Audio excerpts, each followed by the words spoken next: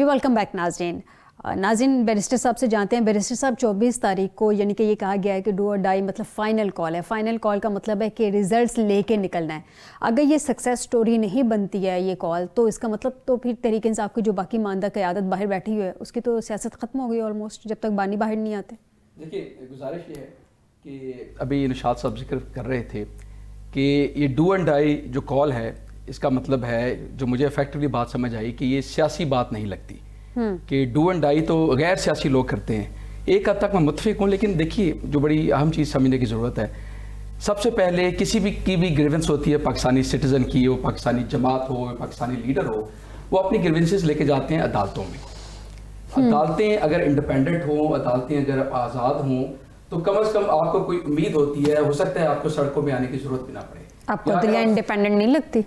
جی میں اسی پہ عرض کرتا ہوں کہ اب 26ویں آئینی ترمیم کے بعد جو کچھ انڈیپینڈنس تھوڑی سی بچی تھی اس کا تو جنازہ نکالا جا چکا ہے. تو بڑے ہی آسان لفظوں میں آپ کو بتا دیتا ہوں, جس طریقے سے چیف جسٹس کی سلیکشن کی گئی ہے, وہ جو پینل تھا پارلیمنٹری کمیٹی کا, اس میں حکومت اور اس کی کولیشن کی جماعتوں کی اس میں اکثریت تھی. سو یعنی کہ حکومت جس کے کیسز عدالتوں کے سامنے آنے ہیں انہوں نے یہ پک اینڈ چوز کرنا ہے کہ ان کا چیف جسٹس کون ہوگا. کانسٹیٹیوشنل بینچ کا ذکر ہوا, کانسٹیٹیوشنل کورٹ اور کانسٹیٹیوشنل بینچ ایفیکٹولی ایک ہی چیز ہے. یہ آپ نے ایک عدالت کے اندر عدالت بنا دی ہے. اس کانسٹیٹیوشنل بینچ کے اوپر چیف جسٹس آپ نے جیسے بھی بنا دیا ہے اس کا اس کانسٹیٹیوشنل بینچ کے اوپر کوئی کنٹرول نہیں ہے. Effectively you have two chief justices. ایک چیف جسٹس وہ ہے جو آپ کے کرمنل اور سول کیسز دیکھ رہا ہے, اور ایک چیف جسٹس وہ ہے جو آپ کے کانسٹیٹیوشنل کیسز دیکھ رہا ہے.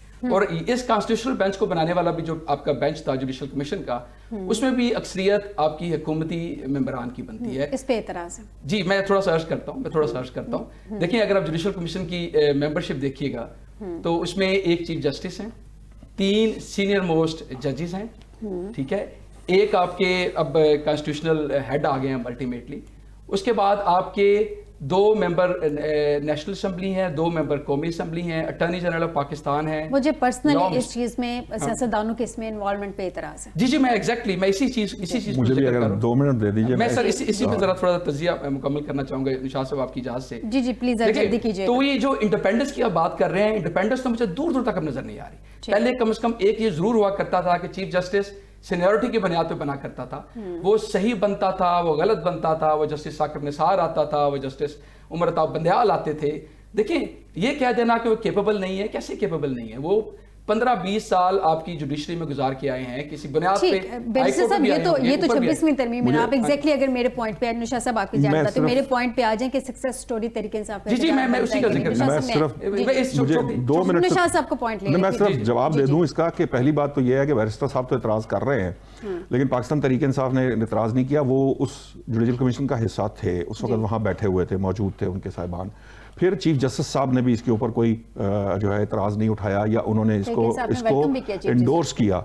انہوں نے اس کو انڈورس کیا کیونکہ جب پروسیجر کمیٹی بنی ہے اور جوڈیشل کمیشن فارمیشن آئی ہے, باوجود اس کے اندر اس میں کچھ قانونی نکات تھے جن پہ بحث ہوئی, لیکن انہوں نے اس کو انڈورس کر دیا. جب انہوں نے انڈورس کیا ایک آئین یا قانون, پارلیمان اس کے اندر ترمیم کر کے یا قانون پاس کر کے لاتی ہے, سپریم کورٹ نے اس کو انڈورس کر دیا ہے. اگر فرض کیجئے کہ اگر کسی کو آج بھی اعتراض ہوگا تو اس کا جب باری آئے گی وہ کیس لگے گا تو اس کا فیصلہ آ جائے گا. مسئلہ یہ ہے, ایک لائن صرف بتا دیں, یقیناً جس آزادی کی آپ بات کر رہے ہیں اس آزادی کے اندر بھی ہم نے بہت کچھ دیکھا ہے. کرنل صاحب مجھے یاد ہے جو فیصلے دے کر باہر آ رہے تھے تو ایک صحافی نے ان کو پکڑ لیا تھا. یا آپ اس آزاد عدلیہ کی مجھے بات بتا رہے ہیں, تو آزادی جو ہے وہ پتہ نہیں کس قسم کی ہے, یا وہ آزادی اصل میں میرے نظر میں آزادی کی ڈیفینیشن کوئی اور ہو سکتی ہے, آپ کی نظر میں کچھ اور ہو سکتی ہے. لیکن ہم جب نمائندے چن کر ان کو پارلیمان میں بھجوا دیتے ہیں تو میں یہ سمجھتا ہوں کہ اگر وہاں 2/3 میجورٹی کے ساتھ کوئی آئینی ترمیم کی گئی ہے تو یہ بات سمجھ لیجئے کہ اس اسمبلی کی جو 2/3 میجورٹی ہے یہ سمجھتی ہے کہ یہ آئین میں یہ ترمیم ہے کیونکہ یہ مسائل پیدا ہو رہے ہیں. ہمیں اس کے اوپر اتفاق بھی کرنا چاہیے اور اس کو چلنے دینا چاہیے. ہاں چلتے وقت جب اس کے پرابلمز آئیں گے پھر اس کو ہمیں چیلنج کرنا چاہیے. پوائنٹ آ گیا. مجھے تھوڑا سا مارجن دیجیے گا, مجھے عباسی صاحب سے ذرا جاننا ہے. عباسی صاحب آپ تک میری آواز پہنچ رہی ہے؟ عباسی صاحب یہ بتائے گا کہ آج بڑا اہم اجلاس تھا جو پشاور میں طلب کیا گیا پنجاب اسمبلی کے اراکین کا. بشرا بی بی نے وہ اجلاس طلب کیا, بتائیں گے کیا ڈیسیژن ہوا وہاں پہ, کس طرح سے اسٹریٹجی مرتب کی آپ لوگوں نے, کیا کرنے جا رہے ہیں 24 تاریخ کو, کس طرح سے نکلیں گے؟ بہت شکریہ. دیکھیں جی, یہ جو اجلاس تھا یہ ہماری آن گوئنگ پچھلے 2.5 سال کی جو فسادیت کے خلاف اور یہ جو پاکستان کے آئین کا, عدالتوں کا, جمہوریت کا گلا گھونٹ دیا گیا ہے, اس کے بارے میں کہ کس طرح پاکستان کے عوام کو ان کے بنیادی حقوق جو کہ آئین نے گارنٹی کیے تھے, پاکستان کی عدلیہ جو کہ ملک نون سے بھی بدتر حالت میں چلی گئی ہے, کیونکہ نون لیگ کا مزاج ہے کہ یہ عدلیہ کو ماتحت ادارہ ہمیشہ بنا کے رکھتے ہیں اور سمجھتے ہیں.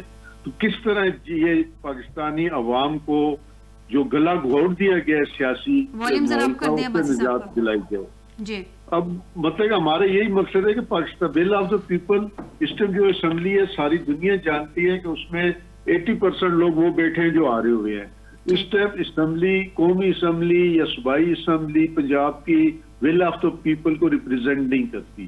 تو پھر بھی اس کے باوجود بھی لوگوں کو مار پیٹ کے, اغوا کر کے, ان کے گھر توڑ کے, ان کے گھر والوں کو حاجی صاحب, حاجی امتیاز صاحب کے ساتھ جو ہوا, چودھری اعجاز کے ان کے بھائی کے ساتھ جو ہوا, اور بہت سارے لوگ ہیں.